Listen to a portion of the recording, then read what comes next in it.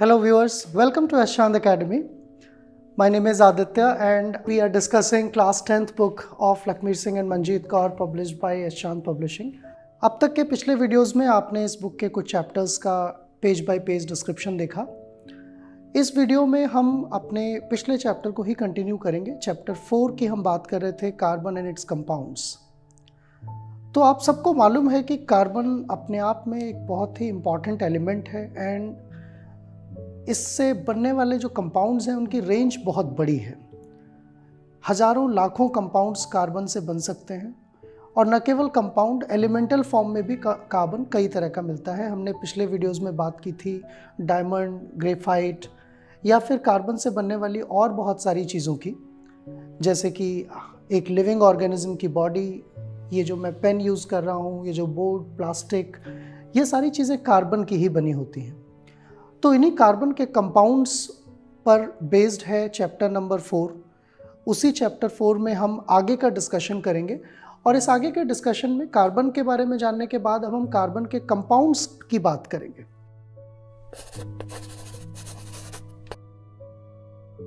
Carbon कई चीज़ों से रिएक्ट कर सकता है। कार्बन की वैलेंसी 4 होती है।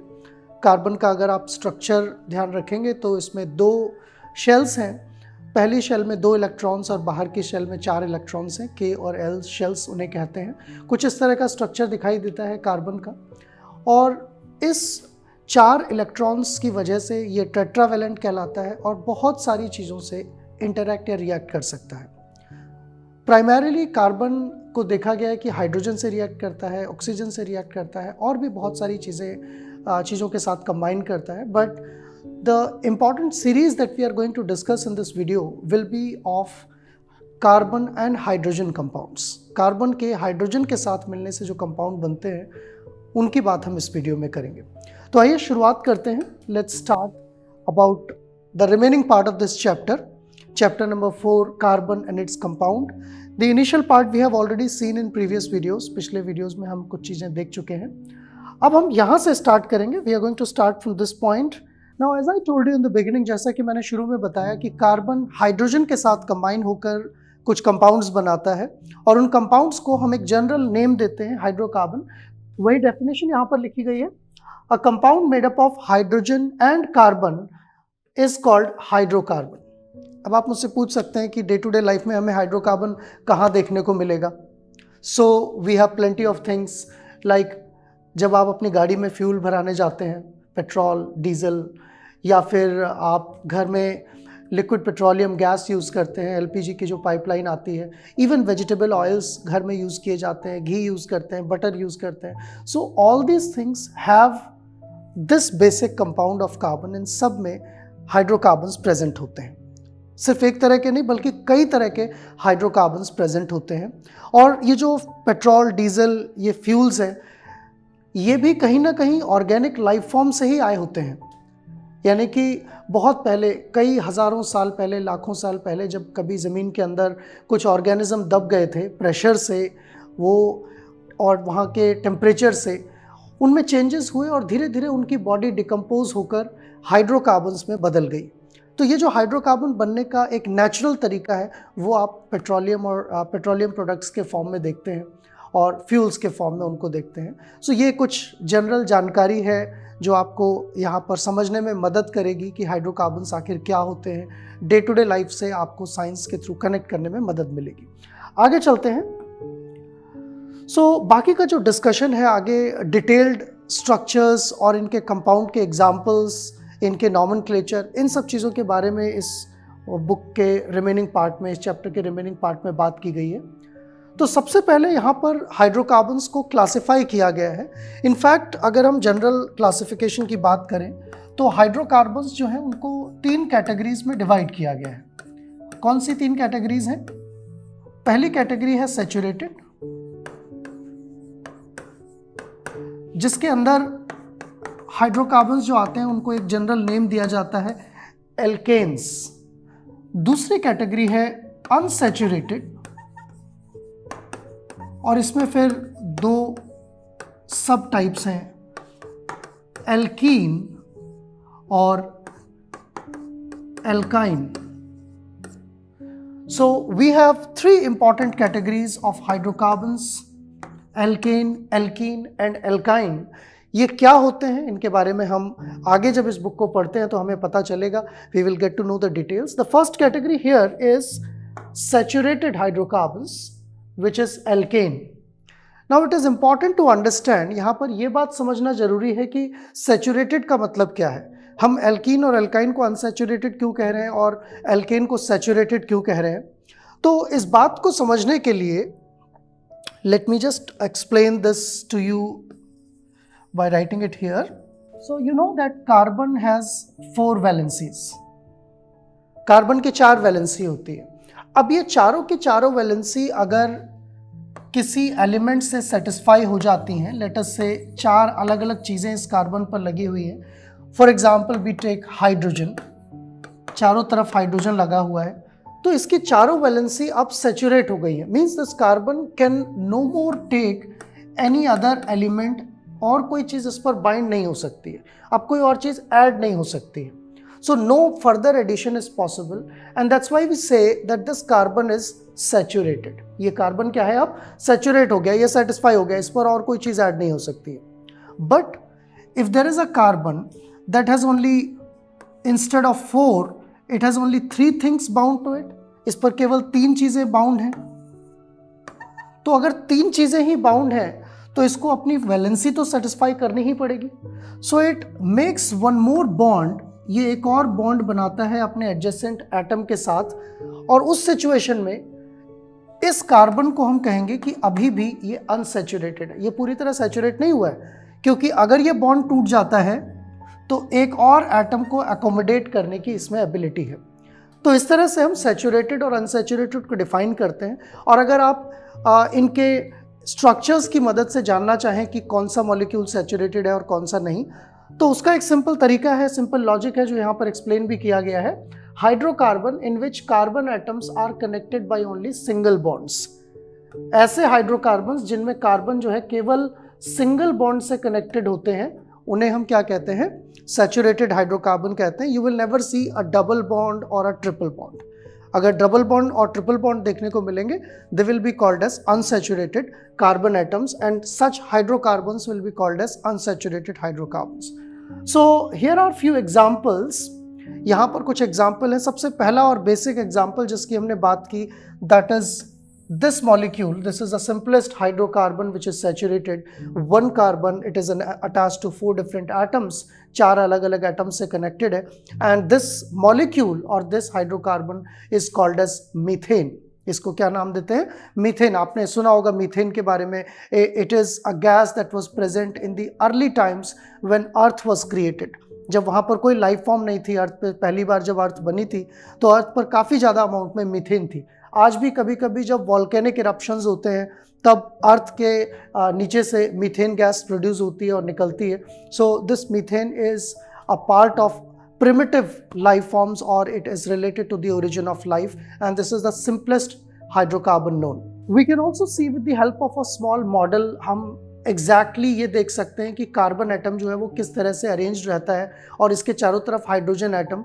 भले ही हम डायग्राम में देख रहे हो कि 90 डिग्री के एंगल पर प्रेजेंट है, लेकिन रियलिटी में ये जो 4 हाइड्रोजन एटम्स हैं ये 3D स्पेस में 90 डिग्री के एंगल पर नहीं होते हैं. They are present tetrahedrally, as you can see in this small video. आप इसमें देख सकते हैं कि किस तरह से हाइड्रोजन एटम्स अलग अलग डायरेक्शंस में 3D स्पेस में अटैच्ड है. So it is a three dimensional molecule, but only for simplicity in the text book it is given in two dimensional space. ये 2D स्पेस में दिया जाता है. So whatever pictures you are seeing in this figure number 13 of this book, these are merely representations. ये क्या है, ये केवल 2D प्रोजेक्शन है, रिप्रेजेंटेशन है. रियल में ऐसा नहीं दिखता है कि किसी एटम का कार्बन है तो उसमें C लिखा होगा और वो उसके चारों तरफ H जुड़े होंगे. This is for understanding. The atoms are spherical and sizes of atoms will also vary. Carbon will be quite bigger, hydrogens will be smaller, and they will be attached to the central atom in the manner in which we have seen in the video just now. So we can have a variety of hydrocarbons. एक carbon का hydrocarbon हो सकता है, उसमें 2 carbon हो सकते हैं, 3 हो सकते हैं, 4 हो सकते हैं, and it can keep on going. So the number of hydrogens and number of carbon will increase in a definite proportion, and therefore we can have a general formula which you can see here. यहाँ पर इस बारे में बात की गई है कि किसी भी एल्केन के लिए एक जनरल फार्मूला दिया जा सकता है. आप अगर मीथेन को देखें तो मीथेन में CH4 एक कार्बन है और 4 हाइड्रोजन है, तो हम एक जनरल फार्मूला दे सकते हैं इसके लिए, दैट इज CnH2n+2, जो कि यहाँ पर मेंशन किया गया. अगर आप इस लाइन को पढ़ेंगे, the general formula for saturated hydrocarbon or alkanes is CnH2n+2. So what do you mean by this CnH2n+2? इसका क्या मतलब है? इसका मतलब ये है कि जो भी आप कार्बन का नंबर लिखते हैं, जैसे कार्बन का नंबर n = 1 है, तो हाइड्रोजन कितने होने चाहिए? कार्बन अगर 1 है तो हाइड्रोजन होने चाहिए 1 × 2 + 2. That means 2 + 2 is 4. So the first molecule that comes out is CH4. और ये कौन सा मॉलिक्यूल होता है? मीथेन. अगर कार्बन का नंबर 2 है तो हाइड्रोजन कितने होंगे एक एल्केन में? 2 × 2 यानी कि 2n + 2, तो 4 + 2 is 6, यानी कि C2H6 ये अगला मॉलिक्यूल बन जाएगा. इस तरह से हम कंसेक्यूटिवली कई सारे एल्केन्स के जो फॉर्मूले हैं, जो स्ट्रक्चर्स हैं, उनको इमेजिन कर सकते हैं. We can imagine those structures and you will see those structures here in the table. यहाँ पर इस टेबल में दिए हुए भी हैं. मीथेन में 1 कार्बन है, फॉर्मूला CH4 है. इथेन में 2 कार्बन है, C2H6 फॉर्मूला है. प्रोपेन में 3 कार्बन है, C3H8 फॉर्मूला है. और फिर अगर आप इन फॉर्मूले के बाद इनके स्ट्रक्चर इमेजिन करें तो जो आपको वीडियो में दिखाया गया था लगभग वैसे ही मॉडल्स यहाँ पर प्रेजेंट किए गए, 3D मॉडल्स. ये सारे जो मॉलिक्यूल हैं ये रियलिटी में इस तरह के होते हैं. सो you have to understand this fact that in textbooks or in general whiteboard, when teacher is teaching you, they cannot present these kind of actual structures, they cannot be drawn very easily. So we make use of simplistic projections, and they were first time proposed by Fisher, so they are often called as Fisher projections. तो ये तो बात होती है कि hydrocarbons की जो first category है एल्केन्स, वो कैसे होते हैं और उनके स्ट्रक्चर्स किस तरह के होते हैं, उनके नाम के बारे में आपने अभी देखा. अगर हम अगले पेज पर जाएं तो अब हमें अनसैचुरेटेड हाइड्रोकार्बन्स के बारे में जानकारी मिलेगी.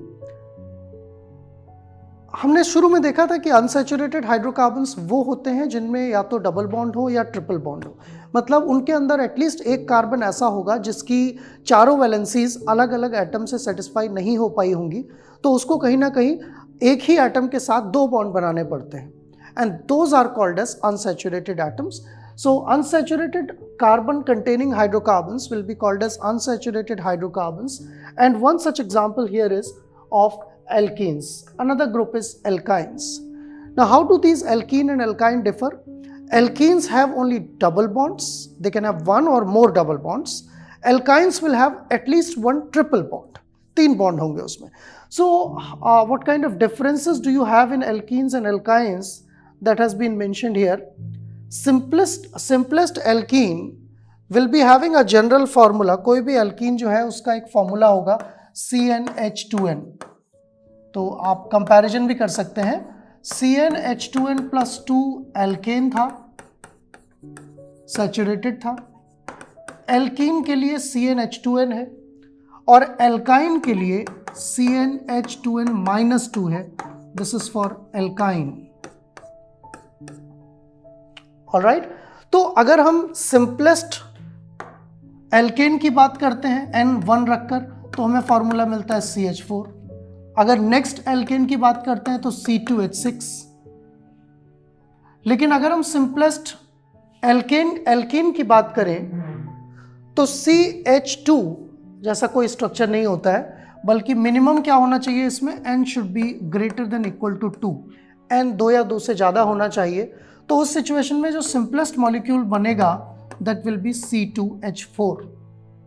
और आगे भी जा सकते हैं C3H6, C4H8. ये सारे क्या हैं? These are all examples of alkene. और अगर एल्काइन पर हम जाएं, सो N की वैल्यू अगर यहाँ पर भी 2 या 2 से ज़्यादा होनी चाहिए. तो अगर एल्काइन में N की वैल्यू 2 है तो हाइड्रोजन कितने होंगे? वो भी 2 होंगे, C2H2. अगर हम 3 कार्बन की बात करते हैं, सो C3 एंड H कितने होने चाहिए? 3 into 2 6 minus 2 that is 4 C3H4। अगर हम और आगे जाते हैं, 4 कार्बन की बात करते हैं, C4, सो 4 इंटू 2 8, 8 माइनस 2 6 यानी कि H6। ये सारे किसके स्ट्रक्चर हैं? एल्काइन के। सो यही बात आपको इस पेज में यहाँ पर समझाई गई है कि एल्कीन्स क्या होते हैं, एल्काइंस क्या होते हैं, दैट विल कम डाउनवर्ड्स। थोड़ा सा आगे समझाया गया है एल्काइंस के बारे में। Alkynes will have a triple bond and the simplest alkyne is the C2H2। अभी कुछ टाइम में जब आप इन वीडियोस को देखेंगे तो हो सकता है कि मैंगोज़ का सीज़न आ जाए। तो अगर आप वीडियो देखते समय मैंगोज़ को एंजॉय कर रहे हैं तो ध्यान रखिए कि उन मैंगोज़ को राइपन करने में, उनको पकाने में इसका बहुत इंपॉर्टेंट रोल होता है। इनफैक्ट किसी भी फ्रूट के लिए, not only for mangoes but for most of the fruits, this C2H2 it is gaseous and it is also called as either acetylene or ethylene. So this acetylene or ethylene is a gas that is produced by ripened foods or the fruits which are undergoing ripening and that promotes the ripening process. तो ये भी directly related है real life से और ये natural environment में, nature में देखने को मिलती है इथाइन गैस। अगर हम आगे और चलें, if you move to few more pages then you will find the general formulas and then they have talked about representation of structures। तो स्ट्रक्चरल रिप्रेजेंटेशन की बात यहाँ पर की गई है। हम कई तरह से इन हाइड्रोकार्बन्स के स्ट्रक्चर्स को लिख सकते हैं। एक स्ट्रक्चर जो आपने जनरली देखा ये वाला था, तो ये स्ट्रक्चर क्या है? बेसिकली ये प्रोजेक्शन है। दिस इज अ प्रोजेक्शन जिसमें कार्बन है, एक कार्बन दूसरे कार्बन से सिंगल बॉन्ड से जुड़ा हुआ है, फिर ये बाकी सारे जो है हाइड्रोजन भी सिंगल बॉन्ड से जुड़े हुए हैं। तो एक बॉन्ड का मतलब क्या होता है? आप यहाँ देख सकते हैं कि कार्बन के पास कितने इलेक्ट्रॉन होते हैं? 4 इलेक्ट्रॉन। मैं ऐसा करता हूँ कि एक कार्बन के 4 इलेक्ट्रॉन्स को रेड कलर से मार्क कर देता हूँ। तो ये रेड कलर के जो इलेक्ट्रॉन्स हैं ये किसको बिलोंग करते हैं? ये कार्बन को बिलोंग करते हैं।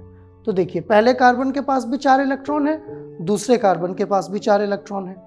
अब इसको अपनी वैलेंसी सेटिस्फाई करने के लिए कुछ और एटम्स के साथ कंबाइन करना पड़ेगा। सो एक एक इलेक्ट्रॉन इसको कहां से मिल रहा है? हाइड्रोजन से मिल रहा है, जबकि ये वाला इलेक्ट्रॉन इसने कार्बन का ही शेयर किया है। So you can see here that each pair of electron is forming a bond. हर एक पेयर जो है इलेक्ट्रॉन का वो क्या बना रहा है? एक बॉन्ड बना रहा है। तो ये सारी बातें हमने स्ट्रक्चर्स के बारे में देखी। हमने सीखा कि जो ये हाइड्रोकार्बन्स हैं इनको कैसे डिफाइन किया जाता है। Let's quickly look at the summary of what we have learned so फार।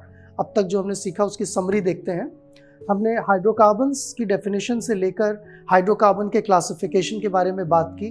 वो एल्केन, एल्कीन और एल्काइन में डिवाइड किए जा सकते हैं। एल्केन सैचुरेटेड होते हैं क्योंकि उसमें कार्बन पूरी तरह सिंगल बॉन्ड से कनेक्टेड होता है और कोई भी उसमें डबल बॉन्ड या ट्रिपल बॉन्ड नहीं होते हैं। एल्कीन्स में डबल बॉन्ड्स होते हैं और एल्काइंस में ट्रिपल बॉन्ड्स होते हैं।